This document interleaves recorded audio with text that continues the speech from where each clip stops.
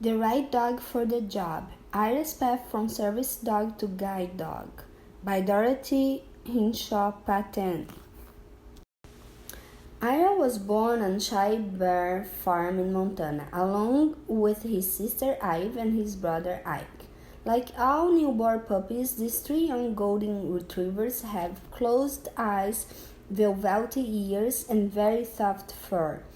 But unlike most puppies, these three were born for a special purpose. By the time they are 2 years old, it is expected to have become a service dog, helping a person who has difficulty moving around on his or her own to lead a fuller life. Ira, Ive, and Ike are part of Possibilities, canine partners for people with disabilities. Bria, the puppy's mother, and Kathleen Decker, Possibilities foster puppy coordinator, take good care of the puppies. They grow bigger and stronger, their eyes and ears open so they can take in the world around them. Soon they are romping and playing together, getting bolder each day. Kathleen begins to feed them puppy food when they are 4 weeks old. By the age of 6 weeks, they no longer need their mother's milk. Soon it will be time to leave home. Before they can help people with disabilities, service dogs need to learn to deal confidently with the world and whatever it might present to them. Loud noises, smelly buses, crowds of people. Each puppy goes to live with a special person called a foster puppy raiser. The puppy becomes a member of the family, where it gets plenty of love, attention, and praise as the puppy raiser introduces it to the world. When they are about 8 weeks old, Ira, Ive, and Ike meet their puppy raisers. Ira goes home with Sandy Welch, a 6th grade teacher in Lolo, Montana. Sandy already has her own beautiful golden retriever, Lady Grace. Lady and Ira quickly become friends. Kathleen visits Ira and Sandy a month later. She wants to see how Ira is doing and check on his service dog skills. One of the most important tasks the service dog performs is retrieving things such as dropped keys. Sandy has already been working on this skill with Ira, so Kathleen throws her keys and tells Ira to fetch them. He runs over, picks them up in his mouth, and brings them back to Kathleen. Good news, Ira is already on his way to become a service dog. All along, the puppy raisers meet as a group to learn how to teach the young dogs what they need to know. The puppies have to learn how to come or to sit or command and how to walk at the heel on a leash. Kathleen also shows them how to teach the puppies to press a wheelchair access sign with their paw. The symbol appears on buttons that open doors automatically when pressed. Kathleen uses a plastic lid attached to a stick with a strip of cloth. On the lid is the wheelchair's access sign. She puts a dog treat on the deck and covers it with the lid. One by one, the puppies sniff and push the lid with their noses, trying to get at the treat, but only when they scratch at it with a foot does Kathleen lift the stick so the puppy is rewarded. Next, the group goes to the bus station. The bus company loans Possibility a bus and driver. The puppies practice getting on and off over and over again. They ride around town and learn to stay calm on the bus as it stops and starts.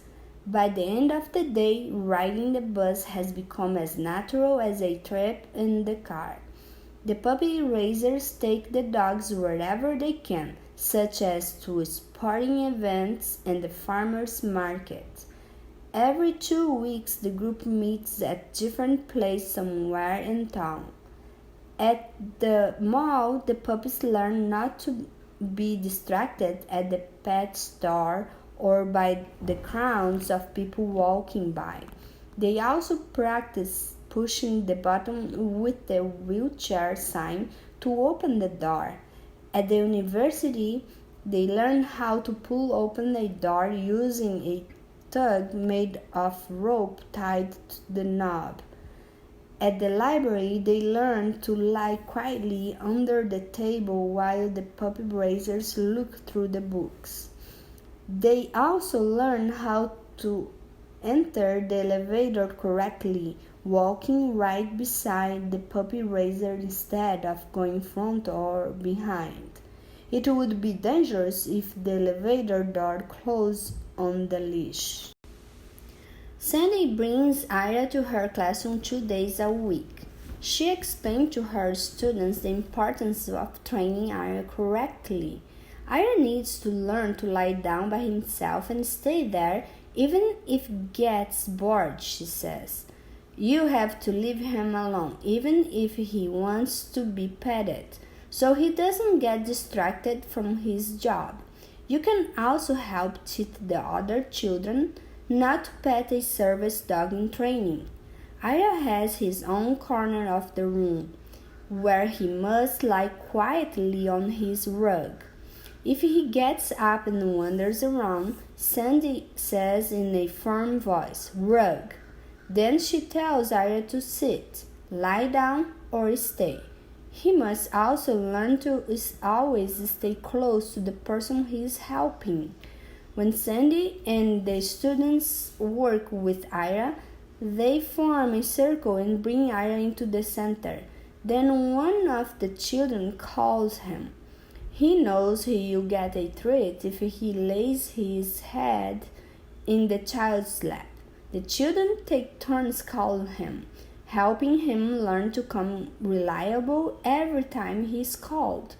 Then they help teach him to use his nose to push a light switch, another important job for a service dog to learn.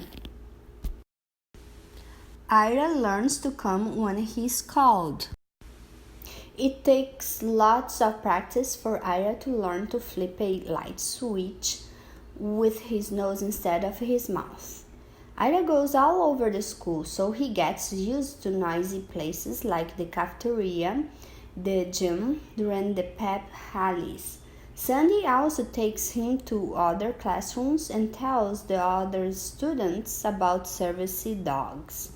As summer approaches, Sandy's students must say goodbye to Ira.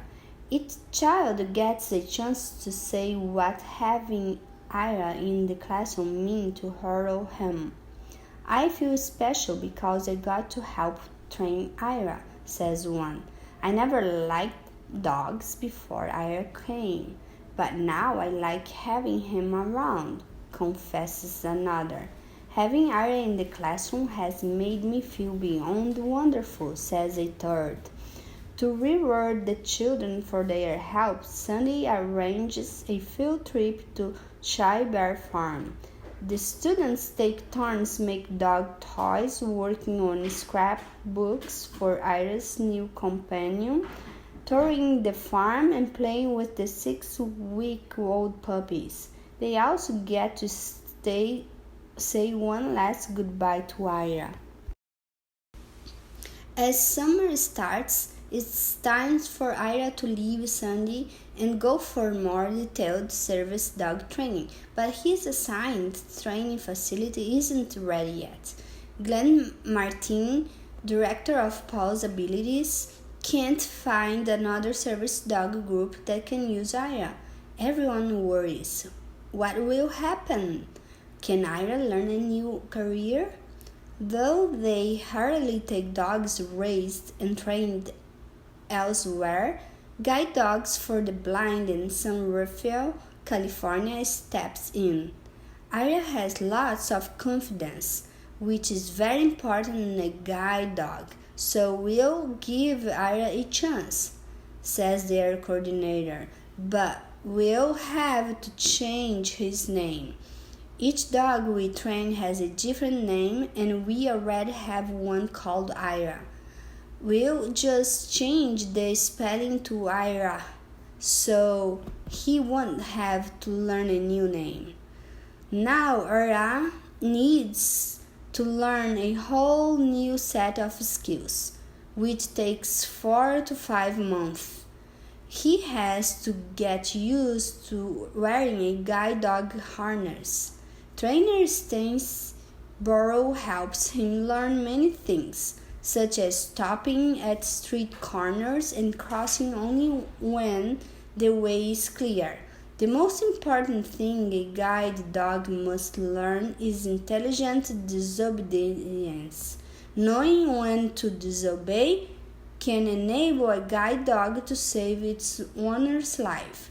For example, if the blind person tells the dog to go forward when a car is running a red light, the dog must refuse to obey. Ira is smart. He passes the program with flying colors. Stacy works with Ira on the guide dogs for the blind camps. After training, Ira is paired with Don Simpson, a piano tuner who had already retired to guide dogs after they got too old to work. Ira and Dom work together for 3 weeks in San Rafael, learning to be a team. Then it's time to graduate. Sandy comes from Montana for the graduation. She gets to see Ira and meet Dom before the ceremony. Ira and Sandy are delighted to be together again, but Ira clearly knows his place and is now with Dom. During the graduation ceremony, Dom's name is announced when his turn comes. Sandy hands Ira over to Dom. Ira is Dom's dog now, and the two will be loving, giving partners. Sandy will miss Ira, but she's happy that he has found a home with someone like Dom. At home in Kennewick, Washington, Don and Ira continue to learn to work together. Grayson, Don's retired guide dog, also lives with them. Grayson and Ira become fast friends, playing together just like Ira and Lady did. Stace, Sandy, and Ira stand by as Don speaks at the graduation. Joey escorts Don and Ira to the stage for their big moment. When Don goes to work, Ira guides him. Once they were entered the room with the piano, Don says, "Ira, find the piano," and Ira leads him to it. Then Don gets to work and Ira lies down nearby, waiting patiently as he learned to do in Sandy's classroom. He is there for Don whenever he is needed. "I'm so glad Ira and I found each other," Don says. "He is just the right dog for me." Sandy and Don become friends, and as a surprise, Sandy invites Don to the 8th grade graduation of the children who helped train Ira. Don's wife Robbie drives their motor home to Montana for the graduation. After Sandy talks to the audience about Ira and Don, she shows a movie of their graduation from guide dogs for the blind. Then she announces that Don and Ira are in the auditorium, and Joey, Ira's favorite student, escorts them to the stage.